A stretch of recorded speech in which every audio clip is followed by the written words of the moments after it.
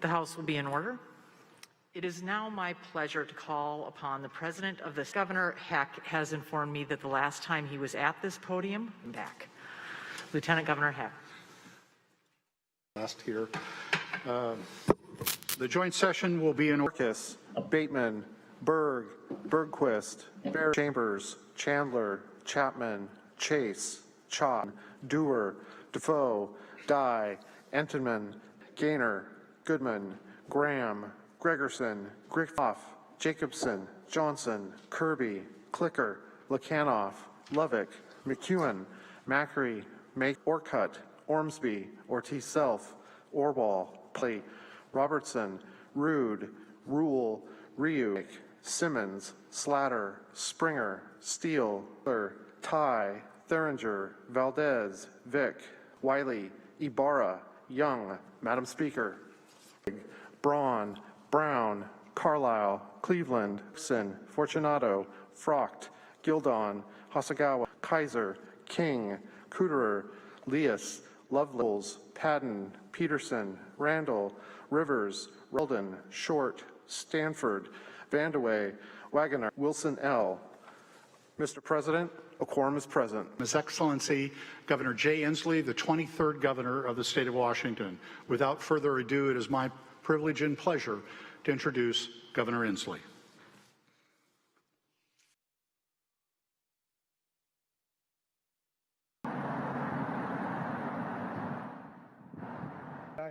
I'm so appreciative of this chance to serve again, historic legislative session.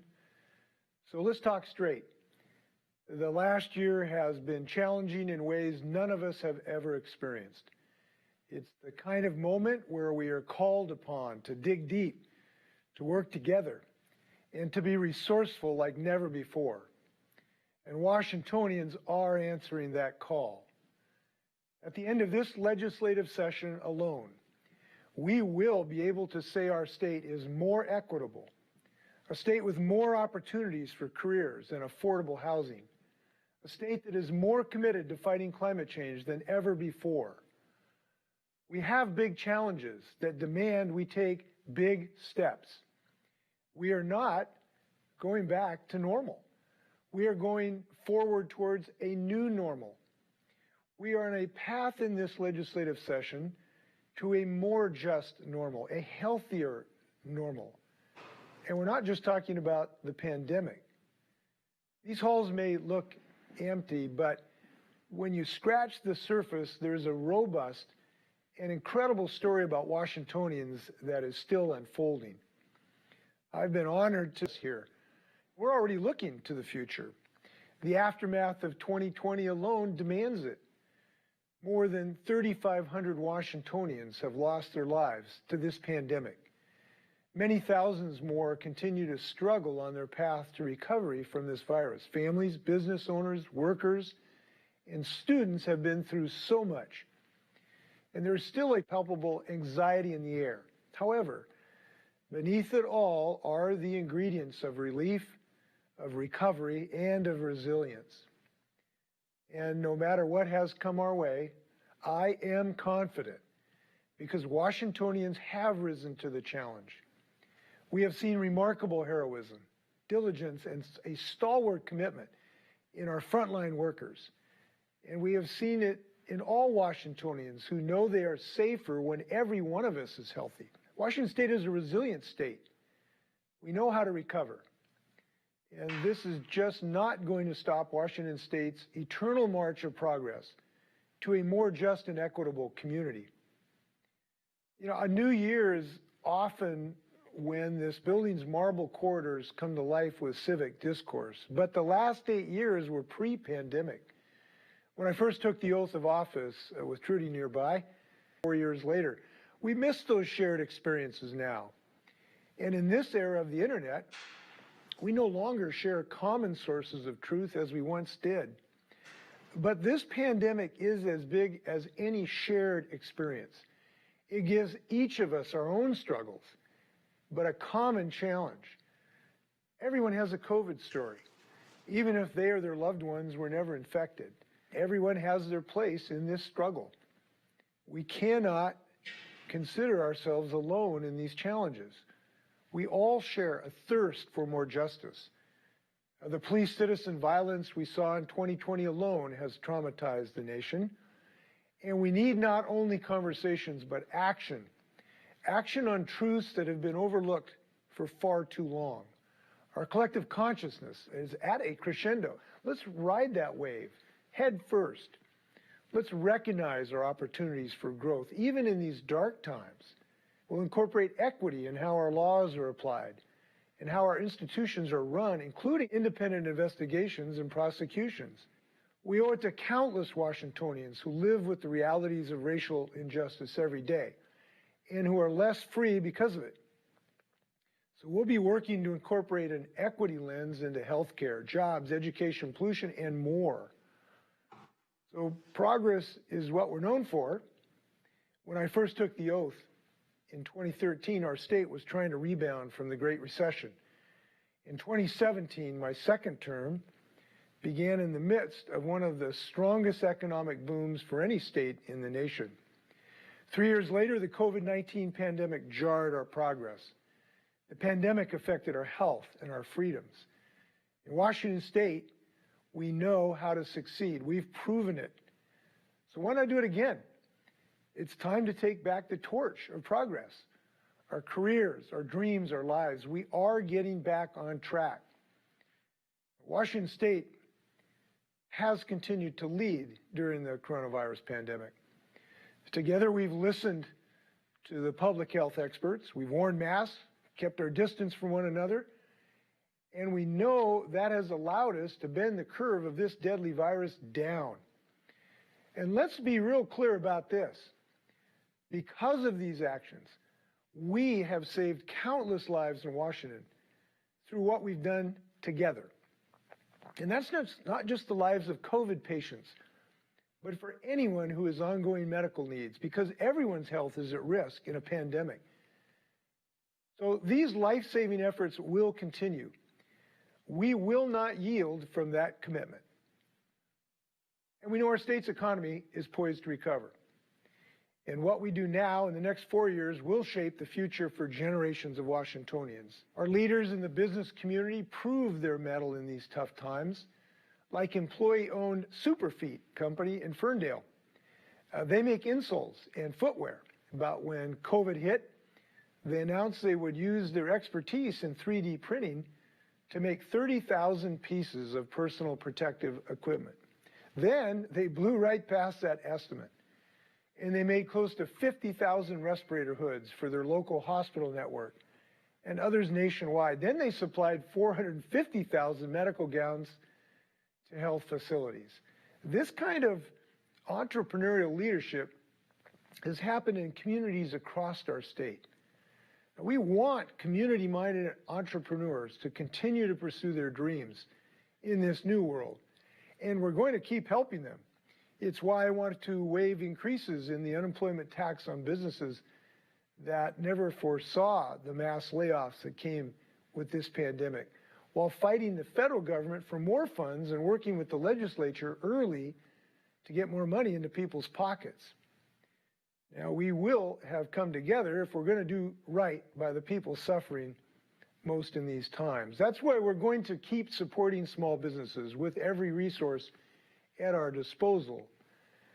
And when workers lose pay because they're sick or laid off, we're going to help them see them through their struggles. We don't see those problems spiral. We're going to get these businesses open. Eventually, we're going to get people back to work. And in the meantime, we're preparing for that day when we can fully reopen the economy. Because at the end of the day, Washington, we know we're not alone. We have each other. It's in Washingtonians like Cindy Frank, a registered nurse at St. Michael Medical Center in Bremerton. She's on the front lines of our society's struggle against COVID. She and her colleagues didn't know what to expect when COVID first hit, but they've been fighting ever since. Even being shorthanded when dozens of their colleagues were out due to COVID quarantine, she kept working night and day, caring for a floor of 28 patients with limited staffing. We have to take care of our medical professionals so they can take care of others. Our well-being is at the heart of what makes us free. We don't want them to be alone. We need to be in solidarity with them.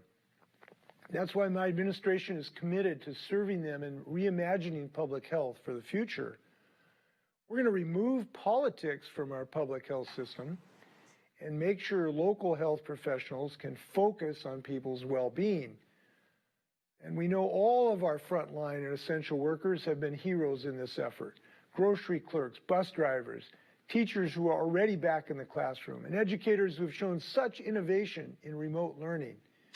We're going to make sure people like Cindy will get the resources they need to provide these essential services to all. You know, we knew before the pandemic, and it's even more important now, that our state's behavioral health system we knew was outdated. Behavioral health is health care, and supporting the wellness and health of Washingtonians is crucial. The impacts of the pandemic demand we improve this system. So we're going to make sure people have access to jobs by strengthening the new approaches to career training we know work. The old way of doing things limited people's pathways to jobs. My administration has created more pathways to better livelihoods through our Career Connect program.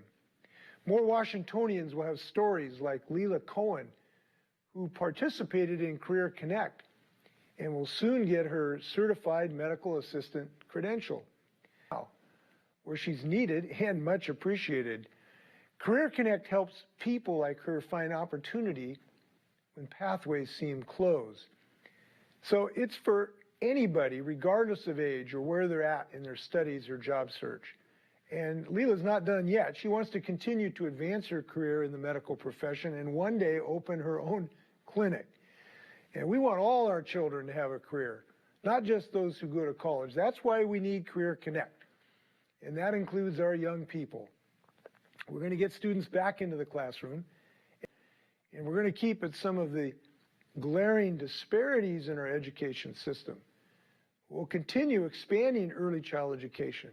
We are not going to go backwards. We'll continue our student financial aid commitments, the most generous in the country. As long as I'm governor, we're going to keep our commitments so that more people can earn degrees, certificates, or apprenticeships. We're working with you to remediate the impacts our students have suffered because of this pandemic. This is hard on young people. I know no one today has a single answer, but we just have to provide the support these students need, whether it's academics, mental health, or nutrition. Now, there are more issues important to our health as well. We live in a time of great housing insecurity. Tenants and small landlords are facing unprecedented economic challenges. At the same time, home prices continue rising, keeping quality and affordability for housing elusive for far too long in fear of homelessness. We should stand in solidarity with people who live in unsafe or in inadequate housing because we know our fellow Washingtonians are more likely to succeed when they have stable housing. Whether it's a commitment to our youth who are experiencing homelessness or providing mental health or chemical addiction treatment, we're committed to addressing these obvious challenges. We cannot let the short-term crisis of COVID-19 blind us to the long-term health cataclysm that is climate change. Pollution and climate change also hurt our health, from respiratory diseases to new infectious vectors, to threats from natural disasters directly linked to a changing planet. There was no shortage of evidence for that, certainly in 2020. It was one of the worst wildfire seasons on record, fueled by blazes of an intensity previously unseen by our firefighters. In places in the west, like Bonnie Lake, to the east in Malden, where 80% of the town's buildings were destroyed, and where recovery continues. Both the virus and climate change have fatal results. Both can be solved through science and our own ingenuity. And we can and we will pursue solutions to both at the same time. Washington's roaring economy of the last 8 years was built on innovation in technology, aviation, agriculture, and clean energy. But climate change threatens to unmake the state that we know. and love, from the growing number and intensity of our wildfires to the acidification of our waters and the loss of our snowpack, which can hit our communities with the double whammy of flooding early in the year, followed by drought. So climate change is creating extremes, we know, that cannot be denied or ignored if we're going to continue to prosper in this great state. So we're going to recommit ourselves to the cause of environmental justice as well, to address the suffering of disenfranchised communities that have taken the brunt of the immediate impacts of pollution. We're going to see to it that the future of our economy is bright, led by a clean and renewable energy. We'll be healthier to breathe. Our waters will not be acidified. And during this time, we will create boatloads of jobs. Machinists, engineers, electricians, carpenters, they all have a role to play. So we'll have more people making good family wage jobs, and we'll have safer, healthier, and sustainable environment for our posterity. Now, we know this has been led by the Washington business owners. The Seattle Kraken are building an all-green arena and practice facilities. They'll have the first carbon-neutral hockey arena in the world, covering 94,000 square feet. And Washingtonians made this economic and environmental victory a reality. When you see this stunning building, you're going to see that we can save our environment and prosper at the same time. You know, moments of great stress reveal things in people, and the people of Washington have shown their strength. We have what it takes to get through these times. We have a tried and true competency for leading change. As we eventually move beyond the coronavirus pandemic, life itself will be different, but we will have more control over our future. So we should embrace what we've learned together, because we have a choice. We can do things the old ways that we know didn't work, or we can embrace and unleash the knowledge we already have that can accelerate Washington's dynamic future. Now, the pandemic has also revealed this. The pandemic has had disproportionate impacts on people of color, from healthcare to business, labor, and education. If we can't help more people, fewer of us will enjoy the blessings of freedom. Our Latino communities were disproportionately exposed to COVID-19. Our Black communities have demanded equal justice for generations, yet our systems still haven't addressed it. We have work ahead of us in the next 4 years to undo the racial inequities that remain in our economy, in our democracy, and in our systems of law and justice. So, in conclusion, our place in the world as Washingtonians will be remembered by what we start to build here and now in the next several months. Lincoln said it best. He said that the fiery trial through which we pass will light us down in honor or dishonor to the latest generation. And I have total confidence this generation of Washingtonians will take their place in history's Hall of Honor. I know this deeply because we are vested with a commitment to change and constant improvement in our state. So let this new era be a time that lifts our hearts, that renews our dreams and ambitions, that lets us as Washingtonians finally embrace the future we've been building up to so far. We all share this struggle, and we should also reap its benefits. Out of the darkness and anxiety of 2020 will come the relief of a new era. Our recovery will be robust and more equitable. Last year reminded us what matters: love for our families, our communities, and each other. And we will go forward, Washington, because we are resilient, we are in solidarity, and at the end of the day, we have each other. Thank you.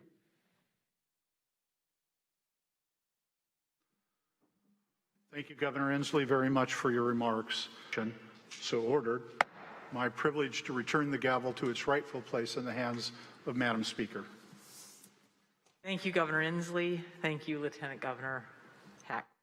With the consent of the House will now adjourn until 9:55 a.m. Thursday, January 14th, the fourth legislative day. Hearing no objections, so ordered. The House is now adjourned.